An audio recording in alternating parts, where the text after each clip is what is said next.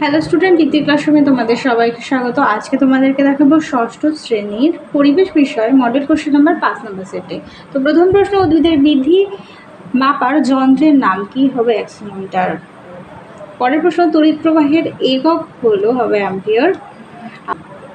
3 আছে প্রাকৃতিক গ্যাসের প্রধান উপাদান হলো মিথেন। 4 আছে স্টেনলেস স্টিল তৈরি করতে লোহার সঙ্গে ব্যবহার করা হয় ক্রোমিয়াম।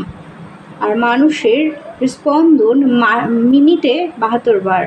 আর আমাদের কুনুইতে আছে হবে অপশন বি দাগ হিন্দ্র সন্ধি। আর এসআইতে ওজনের একক হবে নিউটন। চলে যাই শূন্যস্থান পূরণে। 1 দাগে আছে অনুচক্রিকার রক্তকে জমাট বাঁধতে সাহায্য করে। 2 অস্থিসন্ধি একে অপরের সঙ্গে লিগামেন্ট দিয়ে যুক্ত থাকে। 3 তরলের আয়তন মাপতে আমরা আয়তন মাপনী চোঙ ব্যবহার করি।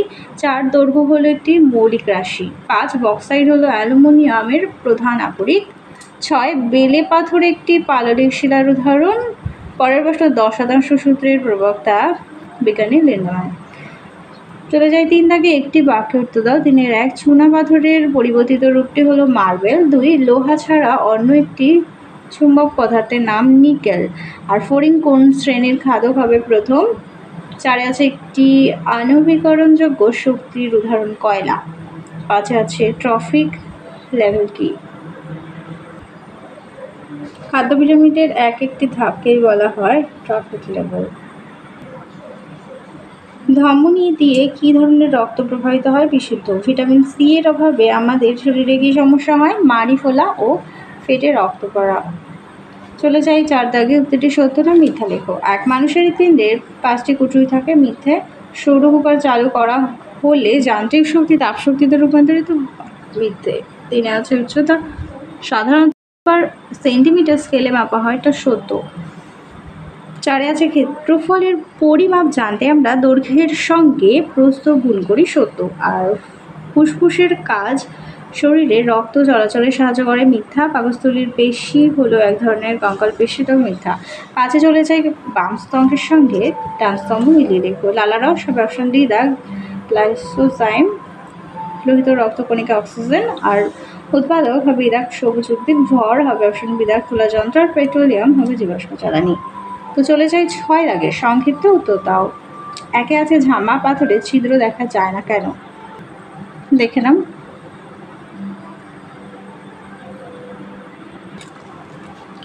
সৌরদিন কি? দিনের বেলায় যখন জানলা দিয়ে রোদ এসে প্রথম মেঝেতে পড়ে তখন থেকে আমরা পরদিনের ওই জানলা দিয়ে মেঝের ঠিক ওই জায়গায় সূর্যের আলো আসার মধ্যে সময়ের যে ব্যবধান তাকেই 1 সৌরদিন বলে। পরের প্রশ্ন, খাদ্য শৃঙ্খলটি সম্পূর্ণ করো। ঘাস হবে ফড়িং, ব্যাং, সাপ, তো ময়ূর।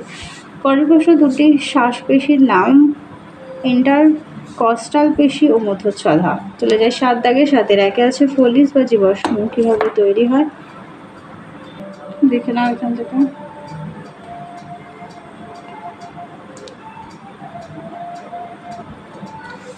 পরের প্রশ্ন, 2টি জীবাশ্ম জ্বালানি কয়লা ও খনিজ তেল। পরের প্রশ্ন দেখো, ফুসফুসীয় শিরা দিয়ে কি ধরনের রক্ত প্রবাহিত হয়? হবে বিশুদ্ধ রক্ত। আর হৃদস্পন্দন বলতে কি বোঝো? রক্তের কাজ কি? তোমরা 130 পেজে দেখো। হৃৎপিণ্ডের স্বতঃস্ফূর্ত সংকোচন ও স্বতঃস্ফূর্ত প্রসারণ এর ফলে যে নির্দিষ্ট স্পন্দন উৎপন্ন হয় তাকে স্পন্দন বলে। রক্তের কাজ এখান থেকে দেখে নাও। এরপর আছে বাঁধের তলদেশ সবসময় চওড়া করা হয় কেন? দেখে নাও।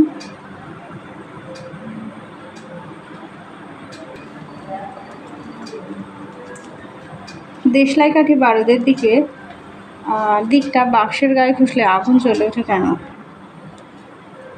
পরে আছে ঢাক বাজলে কোন শক্তি রূপান্তরিত হয়? যান্ত্রিক থেকে শব্দ।